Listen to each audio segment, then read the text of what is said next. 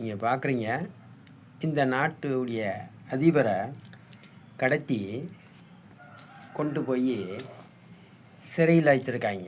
அது எப்படின்னா, ஒரு சுத்தமில்லாத ஒரு சிறைன்னு. அதாவது என்னைய கூட ஜெயபாண்டி சயின்டிஸ்ட்டை கைது பண்ணான்.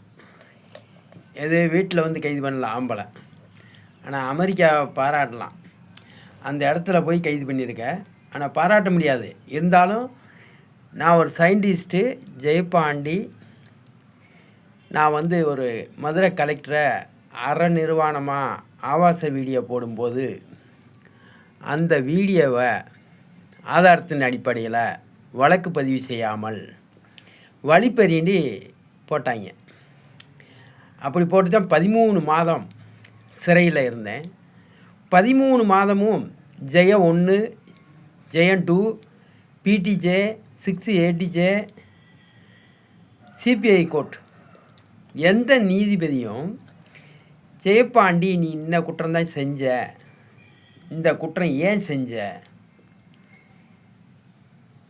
இந்த குற்றம் செய்வதற்கான காரணம் என்ன, எந்த நீதிபதியும் கேட்கவில்லை. ஒரு வாய்தாவில் கூட. பாருங்கள், இந்திய அரசு ஒரு டைப்ரைட்டிங் மிஷினை கூட ரிப்பர், அந்த ரிப்பரை வச்சு தான் ஓட்டுது இந்தியா.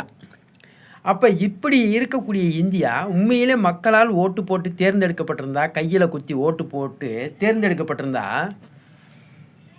இன்றைக்கி வல்லரசு நாடாக இருக்கும். இது அடிமை நாடு. அமெரிக்கா கிட்ட அடிமையோ எந்த நாடுக்கிட்ட அடிமைண்டே தெரியலை. அடிமை பிரதமர், அடிமை முதலமைச்சர்கள் தான் இந்தியாவில் இருக்கிறாங்க. பாருங்கள், ஒரு பிரிண்ட் அவுட் எடுக்கிற மிஷினை நீட்டு வேணுமென்றான், அது வேணுமென்றான், எல்லாமே வேணுமென்றான். ஆனால் தேர்ச்சி இல்லாத ஊழியர்கள் தான் இருக்கிறாங்க. அரசு ஊழியராக தபால் ஆஃபீஸில் டைப்ரைட்டிங் அடிக்கிறாங்க. அந்த அடிக்கும்போது அவங்க கரெக்டாக அடித்தாலோ எப்படி அடித்தாங்கன்னு தெரியாது. ஆனால் இங்கே பாருங்கள் எவ்வளோ பெரிய மிஸ்டேக். இதை என்னான்னு கேட்டேன், அவங்க பேனாவில் எழுதி கொடுத்தாங்க. அப்போ இது மாதிரிலாம் இருக்குது. அதனால் ஒரு அதிபரை கைது பண்ணுற அளவுக்கு, அதாவது ஒரு தீவிரவாதின்னு இல்லை, சாதாரண ஒரு கொலை குற்றவாளி கூட அவங்களுக்கு கொடுக்கக்கூடிய பாதுகாப்பு என்ன பாதுகாப்பு கொடுக்குறாங்க? ஒருத்தன் கொலை செஞ்சிட்டான்னா அவனுக்கு 2 போலீஸு துப்பாக்கியோட பாதுகாப்பு. அதே மாதிரி தான் அரசியல்வாதிகள், நாட்டை ஆளக்கூடியவர்களும் துப்பாக்கியோட பாதுகாப்போடு போகிறாங்க. அப்போ திருட்டு பயிலும் கொலை செய்கிறவனுக்கும் துப்பாக்கி பாதுகாப்பு இருக்குது. போலியான அரசியல்வாதிகளுக்கும் போலியான அரசாங்கத்தை நிர்வாகம் பண்ணக்கூடிய முதலமைச்சர், பிரதமர், நீதிபதிகள் எல்லாமே போலி. இல்லைன்னா ஜெயபாண்டி சயின்டிஸ்ட்டு 75 நாளைக்குள்ள மதுரை மாவட்ட மாணவ மாணவிகளுக்கு படிக்கிறதுக்கு சம்பளம் கொடுக்குறேன்றேன். எல்லாரும் படிக்கிறதுக்கு ஃபீஸ் கேட்டிருப்பாங்க. நான் சம்பளம் கொடுத்து 10, 11, 12 படித்தவங்களுக்கு வேலை வாய்ப்பும் கொடுக்குறேன்றேன். இது இவிஎம் மிஷின் நேரடி ஒளிபரப்பில் அதில் குற்றம் செய்ய முடியும்னு நிரூபித்து விட்டு அதை செய்கிறேன் அப்படின்ற. நானும் ஒரு குற்றவாளி இல்லை, நானும் ஒரு நிரபராதி என்று நிரூபிப்பதற்கு இந்த மிஷினை தடை செய்ய வேண்டும். இந்த மிஷின் இருக்கும் வரைக்கும் அதிபர் மக்களால் தேர்ந்தெடுக்கப்பட்டிருந்தால் இந்த மாதிரி சம்பவம் நடக்காது. ஐக்கிய நாட்டு சபைன்றான். ஐக்கிய நாட்டு சபைனா ஒரு நாடோட ஒரு நாடு, நான் இந்த மாதிரி திருதுப்புன்னு போய் கைது பண்ண போகிறேன் அப்படி என்றால், அந்த தூங்கி கிடந்த அந்த அதிபருக்கு ஃபோன் பண்ணி, ஆம்பளை மாதிரி, நான் உன்னை கடத்த போகிறேன்டா, உன்னைய நாட்டுக்கு தூக்கி வர போகிறேன்டா, இன்னும் தூக்கி வரலாம். சரி, இல்லைன்னா நீ ரஷ்யாவில் போய் அந்த அதிபரத்தை போய் தூக்கு, இல்லை நீ சீனாவில் இருக்கிற அதிபரை போய் தூக்கு, இல்லை இந்தியாவில் இருக்கிற அதிபரை தூக்கு. அமெரிக்காவில் இந்தியர்கள்லாம் யாரும் இருக்கக்கூடாது. இந்தியர்களெல்லாம் வெளியேறுங்க அப்படின்ட்டு இந்தியாவில் எத்தனை சமுதாயம் போய் அங்கே இருந்தானோ அவனை பூரா வெளியே போன்ட்டேன். பெருமையாக சொன்னாங்க, நாங்கள் அமெரிக்காவில் குடியுரிமை வாங்கிட்டோம்னு. வெளியே ஓடுறான்ட்டேன்.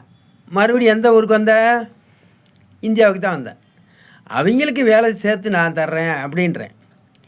அமெரிக்கா ட்ரம்ப்பு உண்மையிலே வல்லரசு நாடாக இருந்தால் ஒரு மாநிலம் முழுவதும் அமெரிக்காவில் படிக்கிற பிள்ளைக்கு சம்பளம் கொடுத்து 10, 11, 12 படித்தவனுக்கு வேலை வாய்ப்பை கொடுத்து வல்லரசுன்னு நிறுவி இப்படி களவாணித்தனமாக ஒரு அதிபரை பிடிச்சு கொண்டு போயிட்டு இது பண்ணக்கூடாது. எல்லா நாட்டையும் நாங்கள் பிடிச்சிருந்தோம் அப்படின்ட்டு அமெரிக்கா சொல்கிற ரைட்டு. எல்லா நாட்டிலையும் ஆயுதம் ஈட்டி, கத்தி இப்படி தான் வச்சுருந்தான். நீ துப்பாக்கி வச்சுருந்த. அப்போ எவன் பலமான ஆயுதம் வச்சுருக்கானா அவன் தான் ஜெயிக்க முடியும். நீ இந்த ஈட்டி கத்தி வச்சுருக்கவனுக்கெலாம் ஆயுதத்தை கொடுத்து வாங்க 2 பேரும் சண்டை போட்டு இந்த நாடு ஓ நாடா ஏன் நாடான்னு பார்ப்போம்னு சொல்லியிருந்தா நீ எவனுமே பிடிச்சிருக்க முடியாது. கத்தி ஈட்டி இப்படி வச்சுருக்க அவன் ஒரு நிராயுதபாணி சன்மானம். துப்பாக்கின்றது பெரிய ஆயுதம். அந்த ஆயுதத்தை வச்சு எல்லா பேரையும் ஆதிவாசியை மாதிரி பாவம் கத்தி அம்பு இதில் வச்சு சண்டை போட்டவங்கள துப்பாக்கி வச்சு சுட்டு கொண்டு அதில் நான் எல்லா நாட்டையும் நான் பிடிச்சிருந்தேன், எல்லா நாடும் எனக்கு அடிமைன்னு சொல்கிறது முட்டாள்தனம். சுதந்திரம் கொடுத்துட்டோம்னு சொல்கிற. சுதந்திரம் கொடுத்தாச்சுன்னா அவன் நாட்டை அவன் தான் ஆளணும். அவன் நாட்டில் அவன் தான் முடிவு செய்யணும். நீ எல்லாத்தையும் முடிவு செய்யக்கூடாது. அதனால் ஒரு படிப்பறிவு இல்லாதவன் ஜெயப்பாண்டி சயின்டிஸ்ட்டு ஒரு நிமிந்தாள் வேலை பார்க்குறேன் கட்டட தொழில். ஆனால் 75 நாளைக்குள்ள நான் செய்கிறோம்னு சொல்கிறேன். நீங்கள் என்னடானா வல்லரசு நாடு பூரா நான் பெரிய நாடு பாரு, நான் இந்த மாதிரி ஆயுதம் வச்சுருக்கேன், நான் இவ்வளோ பேர்களை அழிச்சிட்டு ஒரு நாடை கைப்படுத்த முடியும். அழிச்சிட்டு கைப்படுத்துகிறவன் அவன் மனிதனும் இல்லை, அது வல்லரசு நாடும் இல்லைடா. மக்கள் சீர்திருத்தமாக வாழ்வதற்கு வழிவகை செய்கிறவன் தான் வல்லரசு நாடாக இருக்க முடியும். அதனால் இந்த ஒவ்வொரு நாடையும் நான் சொல்கிறேன், நீ உண்மையிலே ஒரு சிறிய நாடை பிடிப்பதை காட்டிலும் போய் ரஷ்யாவை போய் பிடி, இல்லை சீனாவை போய் பிடி, இல்லை இந்தியாவை பிடி. இப்போ உன் பக்கத்தில் இருக்கிற நாடு உனக்கு தான் சொந்தம்னா அப்போ இலங்கை இந்தியாவுக்கு தானே சொந்தம் அப்படின்னு தானே சொல்ல வரும். சுதந்திரம் கொடுத்துட்டோம்னா சுதந்திரம் கொடுத்தாச்சு, ரைட்டு. அங்கே தமிழர்கள் வாழ்ந்தாங்க, அவங்களுக்கு அந்த சுதந்திரம் கொடுக்கல, அதை என்ன ஏதுன்னு கேட்கல. இப்போ அது அப்படியே கிடக்குது. அது மாதிரி இலங்கை தமிழர் மாதிரி எல்லாத்தையும் அடிமையாக்க பார்க்காது பாவம். அதனால் உலக வல்லரசு நாடுன்னு சொல்கிறியா?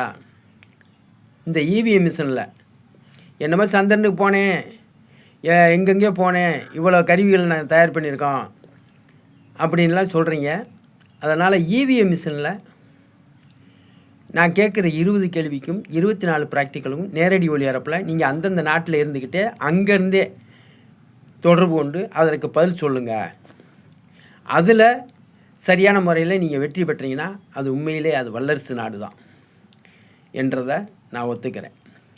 ஒரு கை நாட்டு ஜெயப்பாண்டிக்கும் படித்த எஜுகேஷன் படித்த தொழில்நுட்பம் அதிகமாக கற்று தேர்ந்த அனைத்து நாட்டிலிருந்து ஒவ்வொரு விளையாட்டு வீரர்களை உருவாக்குறது மாதிரி இந்த இவிஎம் மிஷின் போட்டிக்கு ஒவ்வொரு விஞ்ஞானிகளை தேர்வு செய்து இதில் கலந்து கொள்ள சொல்லுங்கள். 2026 தேர்தல் தமிழ்நாட்டில் நடக்காது, தள்ளி வைத்து விட்டு ஜெயப்பாண்டிக்கு 75 நாள் வாய்ப்பை கொடுங்க. இல்லை தமிழ்நாட்டு முதலமைச்சருக்கு 75 நாள் வாய்ப்பை கொடுத்து அவர் தமிழ்நாடு முழுவதும் மு.க. ஸ்டாலின் படிக்கிற பிள்ளைகளுக்கு சம்பளமும் 10, 11, 12 படித்தவனுக்கு வேலை வாய்ப்பை கொடுத்துட்டு தேர்தல் நடத்திக்கட்டும். தமிழ்நாட்டில் தேர்தல் நடத்தக்கூடாது, தேர்தல் தேதியை தள்ளி வச்சுட்டு எனக்கு ஜெயப்பாண்டி நீ 75 நாளைகள் நீ வேலை வாய்ப்பு கொடுக்குறோம்ன்றல கொடு என்று சொல்லி உத்தரவிட வேண்டும். ஜெயம் 1 நீதிமன்றம். நன்றி, வணக்கம். பி.ஓ. ஜெயப்பாண்டி, சயின்டிஸ்ட்.